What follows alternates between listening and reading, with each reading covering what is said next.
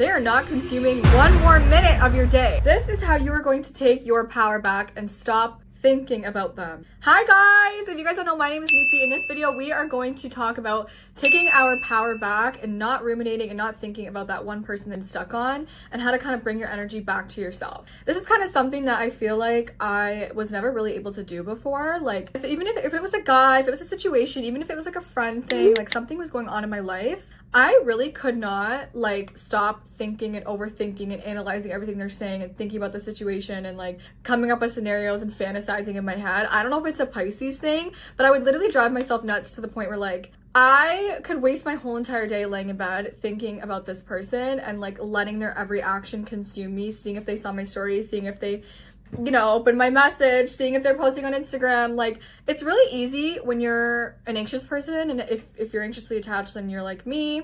I mean, I'm recovered, but I have a lot of videos on attachment. You really can consume yourself with another person. Maybe you're freshly out of a breakup, maybe you're just going through a situationship, maybe you're just like really into somebody, but you're starting to notice that like this is really consuming you, and the amount of energy that you're spending on this person is not healthy, and you want to come back to yourself and you want to bring energy back to yourself. In this video, there's going to be 4 steps, okay? We're going to go over the 4 easy steps to get your energy back onto you and get your attention back onto you and not on them. Step number 1 is we're going to find a reason why we don't want our energy on them, or we're going to find an ick, okay? Number 2 is we're going to create a safe space for ourselves that we genuinely enjoy.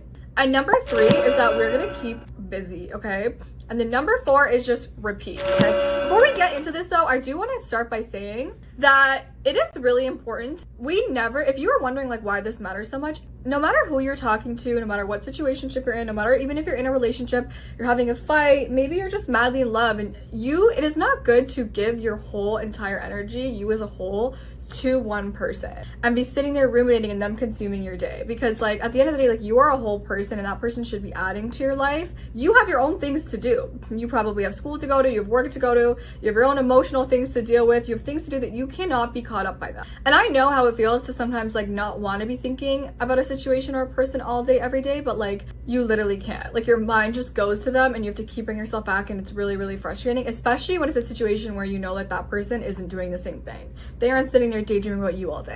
Okay, so we're gonna start off with step number 1 is we're gonna find an ick or a reason why. If you obviously don't want to be thinking about them all day, there's got to be a reason why. This step number 1 is really not that hard. Maybe it is that they're not good for you and you should not be putting your energy on them as much as you are. Simple as that. Maybe it is that a lot of the times it's really just that they're good for you. Maybe the relationship has ended and you logically know that, you know, this is for the better, but like obviously your emotions and your heart still wants that. Maybe it is that this friendship, it's just time consuming because maybe you felt like you were like not heard properly. Maybe you felt like you were misunderstood. Maybe you felt like there was more you wanted to say.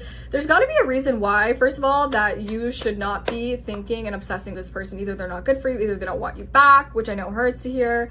Whatever it is, think about it and be very clear on it. So for example, if there's a guy that I was obsessing with, maybe I ran into him last night and he said everything I wanted to hear on the street when I ran into him, and now I'm like thinking about this past situationship that, you know, ugh, like what if he said all the right things, should I give him another chance? What was the main reason for why I am not with this person in the first place, or that I left, or that, you know, I realized that this wasn't good for me? Sometimes it could be, oh, maybe this person's toxic, maybe they just can't give me what I want, maybe they didn't prioritize me, whatever it is. There was a reason why you're not with them in the first place. You need to be very clear on that. Now, sometimes, you know, you might not have a very clear reason, and sometimes it can be even harder, right? Like maybe it's like a more trickier situation. If that doesn't work for you, then find an ick. I've heard that this ick tip really works for some girls. Find an ick in this person of why you don't like them. I know it sounds superficial, but like this is a little hack. Maybe it's like the way that they walk. Some guys really walk like freaking penguins. Maybe it's the way that they treated the waiter the other day. Maybe it's the way that they dress. Maybe it's their height. Like,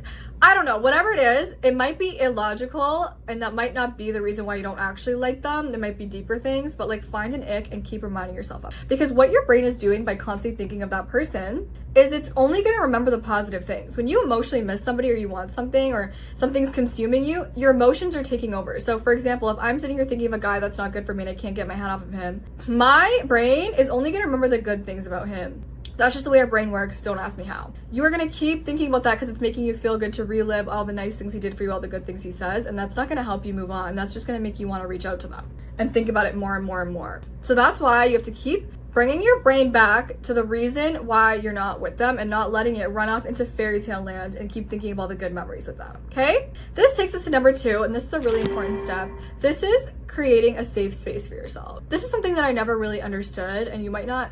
It might just seem like, yeah, like, you know, I'm safe by myself. Like, you know, I live by myself. I'm independent. Like, I have a life. Like, you know, when I'm in my bed, I feel safe and I feel comfortable. No, it's emotionally safe. This can be really different based on who you are, but they're kind of, it's not even a space. It's more like a feeling. Create a feeling in yourself that just feels safe and it's just you. Now this takes a lot of work. It's taken me years to even like get to a safe space. You know, I was somebody who would self-abandon, and so like whenever I'd feel uncomfortable emotions, I'd run to other people or I'd run and distract myself because I never like felt safe and able to deal with things by myself. So you first have to kind of create that. You kind of have to learn to sit with negative emotions. You have to learn to comfort yourself. You have to learn to talk to your inner child sometimes. Create a safe space for yourself. My safe space is, I know that if I can get into my bed and light a candle, I can process my emotions with my eyes closed and I feel good by myself. I can be my own friend and talk myself down. If I'm having a hard time and I miss them and I'm tempted to text them, I know that I have myself to tell myself, no, this is why you shouldn't text them. If I'm feeling sad, I know I can comfort myself. Maybe it's through journaling it out.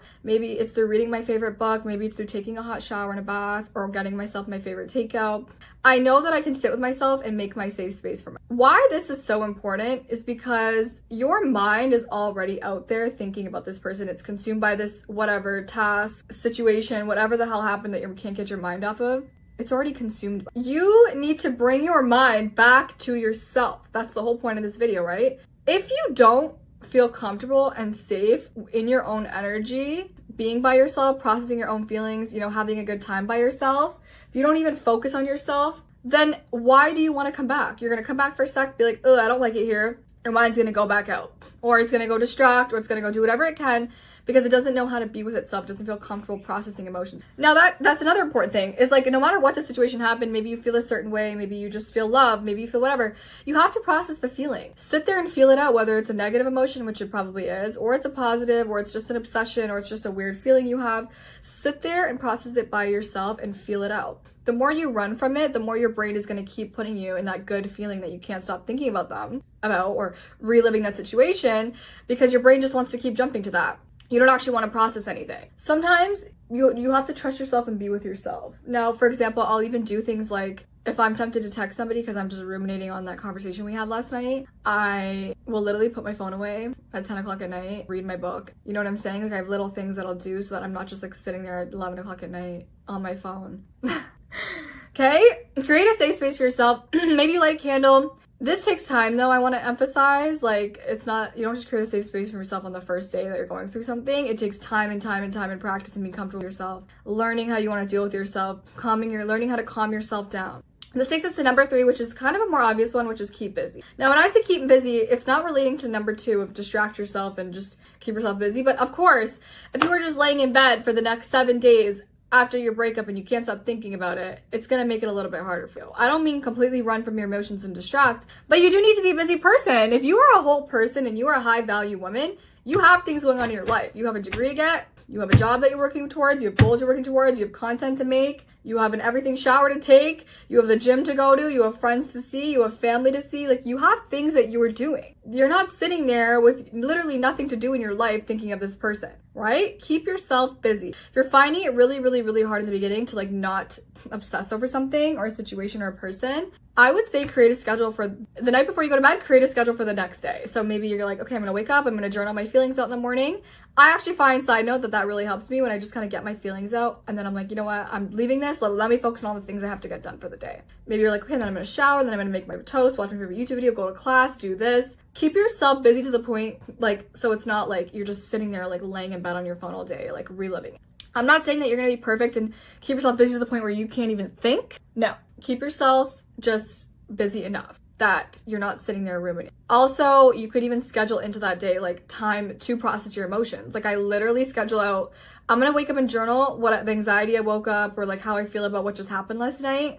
And then I'm gonna close the book, not even closing because I have a pen in it. And then I'm gonna get my ass up and go do my tasks, and I can revisit this in the evening, okay? Now, the last step is to repeat.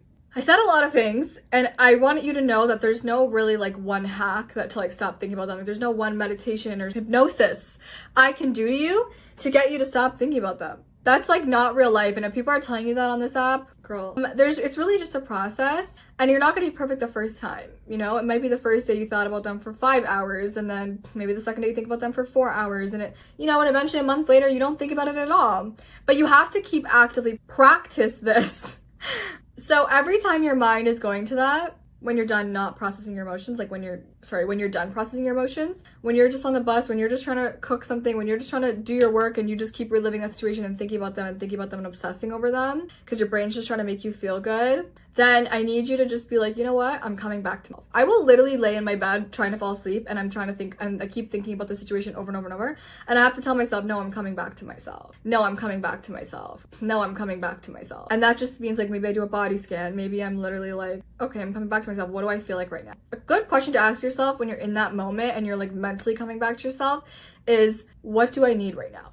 That is a question that's changed my life. Sometimes it's emotional. Sometimes it's like, you know what? My inner child wants to feel comfortable by going back to this person, but I know that this person is just an attachment wound. I know that they're just re-showing me an attachment pattern that I had with one of my parents that's not healthy, but my mind just keeps wanting going there, and I just want to keep going to them because it's like familiar for me, but I know it's not healthy. I have to be like, okay, what do I want in this moment? My inner child right now is trying to keep me protected because that's what it knows. It knows that men who are emotionally unavailable are what is comfortable to me because that's how I was raised. So being with that emotionally unavailable man feels good. Chasing him feels normal. It feels normal to me to have to chase somebody who doesn't give anything back emotionally. But logically, I know that's not healthy. We're getting out of that pattern now. That's not what you deserve. So what does my inner child need? My inner child, I know you're trying to protect me right now. I know that this is what you think is normal. You think that this is familiar, but it's really not. I'm giving you a hug right now. Send your inner child, send yourself love. Whatever you need in that moment, ask yourself, what do I need? What do I need right now? Maybe you need to tell yourself that you're loved. Maybe you need to think about a positive memory. Whatever it is, I need you to give it to you, okay? These are the 4 steps. We had number 1, find a reason or an ick of why you don't like them. Keep telling yourself that, or why they're not good for you. Be very clear on that. No if and buts. What if he's changed? What if he says no? 2, create a safe space for yourself. 3, keep busy. And 4, keep repeating this. And there's people in my life that I could never stop thinking about. I would think about them all the time, and they were probably never thinking about me. And I never thought I would stop thinking about them. And then literally a year later, it's like, it actually happens. Like, you never believe that it's gonna happen, but it actually happens. And you just have to understand why they're not good for you. You know, you have to just be comfortable with yourself, learn to process your emotions, and then obviously have your own goals and have your own shit to do, that they're not the priority in your life. You're living your life for you, okay? You got this, and I will see you in the next one. Bye.